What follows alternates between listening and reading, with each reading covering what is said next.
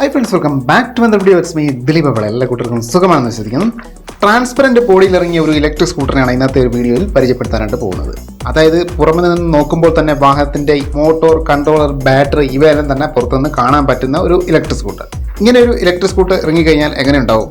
എന്തായാലും അതൊരു വെറൈറ്റി തന്നെയായിരിക്കും. ജിതേന്ദ്ര എന്ന സ്റ്റാർട്ടപ്പ് കമ്പനിയുടെ ഏറ്റവും പുതിയ ഒരു ട്രാൻസ്പെറൻറ്റ് ഇലക്ട്രിക് സ്കൂട്ടറാണ് പ്രൈമോ.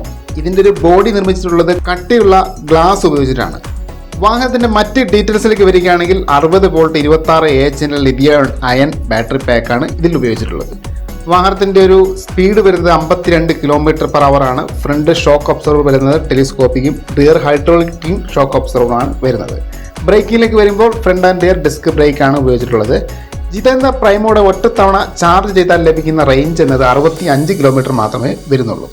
വാഹനത്തിൻ്റെ ഒരു പ്രൈസിലേക്ക് വരികയാണെങ്കിൽ 79,999 രൂപ എക്സ് ഷോറൂം പ്രൈസാണ് വരുന്നത്. ജിതേന്ദ്രയുടെ തന്നെ പ്രൈമോ പ്ലസ് എന്ന ഒരു വേരിയൻറ്റ് ഇനി ഇറങ്ങാൻ പോകുന്ന ഒരു വേരിയൻ്റാണ്.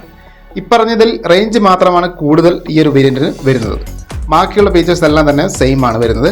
ജിതേന്ദ്ര പ്രൈമോ പ്ലസിൻ്റെ റേഞ്ച് വരുന്നത് 90 മുതൽ 130 km വരെയാണ് വരുന്നത്. ഇതിൻ്റെ ഒരു പ്രൈസ് ഇതുവരെയും ലഭ്യമായിട്ടില്ല. ഒരു ബ്രാൻഡിൻ്റെ ഷോറൂംസ് ഇതുവരെയും കേരളത്തിൽ ഓപ്പൺ ആയിട്ടുണ്ടായിരുന്നില്ല.